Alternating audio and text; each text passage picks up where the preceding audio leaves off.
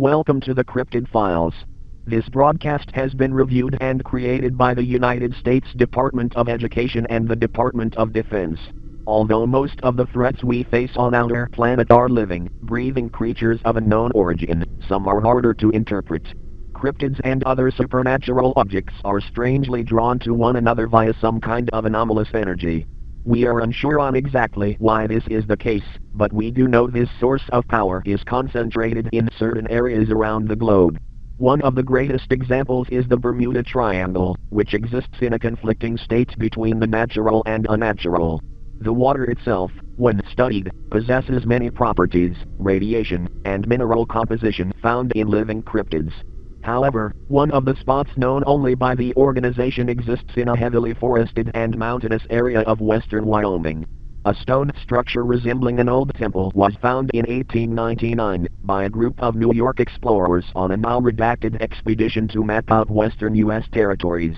It was evident that the ancient discovery held secrets beyond human comprehension still to this day, and all known records of it in preceding years were retrieved from the public and destroyed. The original branch of the organization was sent to study and potentially excavate the formation found, given a minimal amount of government backing to first determine the origins of the temple. Unfortunately, none of our methods in opening the stone entranced proved effective. Explosives, ritual chanting, even drilling were unable to pierce the gates carved into the mountain. For decades, the organization was only able to study the outside portion of the temple. Already, there were things that stood out to us. Torches mounted on stone brick towers that never went out, even during rain or snow. Perfectly preserved human skulls lining the main path to the gate, each almost identical to the one beside it. The surrounding forest was prone to unknown noises, equipment going missing, trees randomly falling over, and the occasional dead human found from nearby cities or towns. It wasn't until nearly 100 years later, in 1997, that the gates opened for unknown reasons. The research team immediately doubled up on this incident, and true documentation of the temple began. Now, it was simply known as the Morbid Monument. The monument is divided into three main sectors, each designated with different classifications: the chamber, channels, and the catacomb. We will go into detail about each now. The chamber is the main room directly beyond the front gates mentioned previously. It is around 5,000 feet from wall to wall and is in the shape of a rectangle. The stone brick fortifications in the chamber are inscribed with dozens of old text and carved murals depicting various events in human history. The language utilized on the walls appears to be some variation of the Greek alphabet with unknown characters mixed in. It is likely that this modified alphabet incorporates supernatural aspects with specific symbols. Torches remain lit similar to the outside, with around 40 total. Different Greek objects such as ships, weapons, or architecture is scattered across the long hall, preserved perfectly after thousands of years. The walls and valuables themselves have no cracks or other damages one would expect, and have small amounts of previously mentioned anomaly energy. At the end of the chamber is a large library that encompasses 10% of the overall length, provided earlier. The books archived in said library contain thousands of documents handwritten that inform readers of knowledge that should not have been available at the time. The library is bigger and taller than any man-made one, capable of holding millions of books, if it desired. The channels are a series of interconnecting tunnels that spiral downwards from multiple sections of the chamber. The many entrances to the catacombs are outlined with cobble arches that are roughly 10 feet tall and almost 6 feet wide. The arches have writing etched into their stone that reads, "Path that lies to the cave of the dead." These tunnels dig hundreds of feet below the surface and are lined with odd skulls and torches compared to the ones on the surface.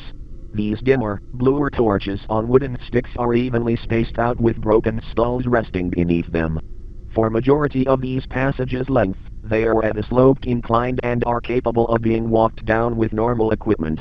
However, towards the end, these burrows drastically drop hundreds of feet and lack the remnants of human life. They are poorly carved out holes of dirt that descend straight down for hundreds of feet. There are many unfinished holes, marks, and even scratches to infer the excavation was unfinished. Using long military-grade cable, we were able to descend deep within these tunnel systems, until we reached the bottom.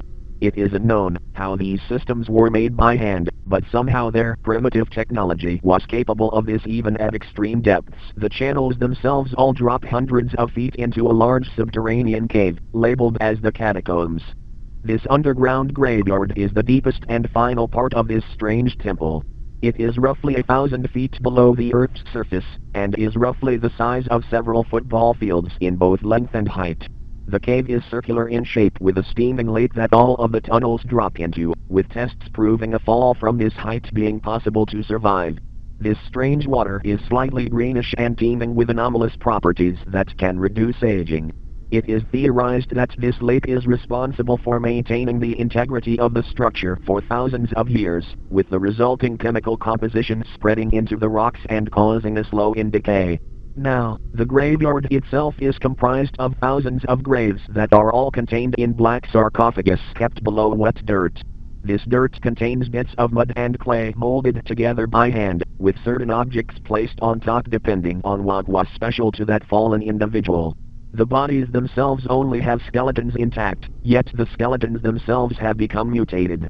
Some are over 9 feet tall and others are below 4 foot. Some are even buried wearing full bodies of armor or carrying iron weapons. The unnatural phenomena of this temple occurs in the month of October. When this time rolls around, the monument undergoes several unique changes. The orange fire turns purple, the white skulls used as decoration become black, and blood runs along the walls of the main chamber. Whispering voices are heard haunting the entrance to the tunnels, with their origins likely linked to the catacombs below. In the graveyard below, all of the skeletons will rise from their burial sites and roam the catacombs. Some will even attempt to climb the walls and reach the channels leading to the outside world. Several skeletons do end up arriving to the upper levels every year, but will return to their graves once October is beginning to end. The skeletons will calmly and curiously interact with the human researchers at the site, sometimes even giving translations for words used in the inscriptions.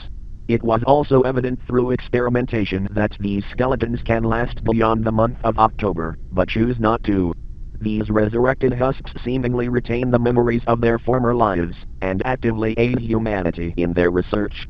Other skeletons resurrected from the October month include a Tyrannosaurus fossil, bones of fish in the lake, and rat skeletons that were found alongside the graves.